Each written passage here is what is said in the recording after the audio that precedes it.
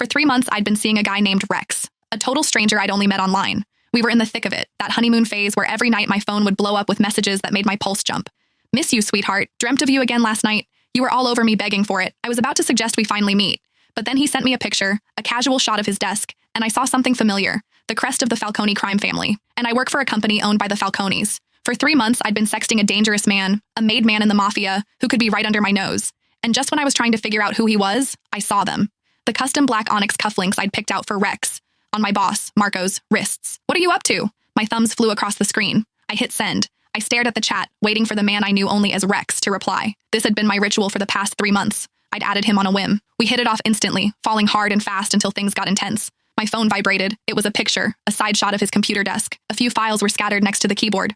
Working and waiting for a text from my sweetheart. A smile crept onto my face. This man knew exactly how to make me blush with just a few words. Maybe it was time to take this offline, to finally meet in person. But as I was about to type my reply, my fingers froze. Bottom right of the photo, on the corner of a folder, was a sliver of a metal pin, a falcon with its wings spread. The Falcone family crest, the same mafia that owned the company I worked for. My online boyfriend was one of them. I stared at the screen for a full 10 minutes, my mind blank. My thumbs hovered over the keyboard. Babe, what do you actually do? Are you with the Falcones? I typed the words, then deleted them, over and over. I didn't know what to say. If I asked, he'd ask right back. He'd want to know where I was. He'd find out I worked for a Falcone company. He would come looking for me. And then what?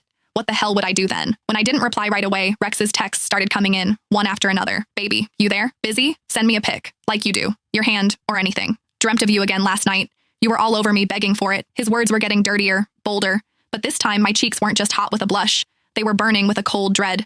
For 3 months, I thought I was talking to some normal businessman, a guy who was exciting and new, but safe. I might work for the mob, but I never, ever wanted to be with a mobster. That was a death wish. And to think I'd been trading my deepest fantasies and whispering my secrets to a made man. My phone buzzed again, a voice call. I couldn't answer. He'd hear the panic in my voice.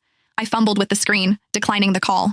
Then I quickly typed out a lie. In a meeting, honey. Talk later. He seemed to buy it. A moment later, he replied, waiting for you. I closed the chat and took a deep, shaky breath. I needed to calm down, think. First, I had to figure out who he was. Was he some low-level muscle or a high-up manager? Second, what was I going to do?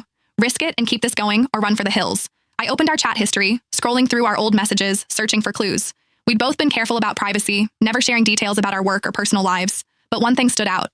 He'd once sent me an Abby pic from a gym mirror. His stomach was perfectly defined, and just below his left ribs, there was a black tattoo. It looked like some ancient, cryptic symbol, all sharp lines and mystery. It was the only identifying feature I had. The problem was, I couldn't exactly start ripping open shirts at headquarters to play a game of Find the Tattoo. Back at my desk, I scanned the office. Men in expensive suits with stone-cold faces prowled the halls. Any one of them could be Rex. My only saving grace was that I'd never sent him a picture of my face. He couldn't recognize me. I opened our chat history again.